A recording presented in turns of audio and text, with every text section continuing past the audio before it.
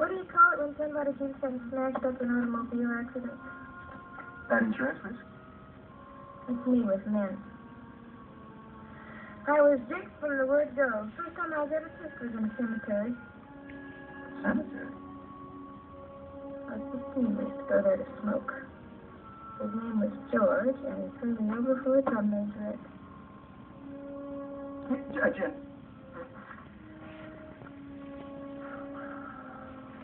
That's 26 and 25 and 16 and then 2 months. I just have this talent for falling in love with the wrong guy in the wrong place at the wrong time. How many guys were there? 3.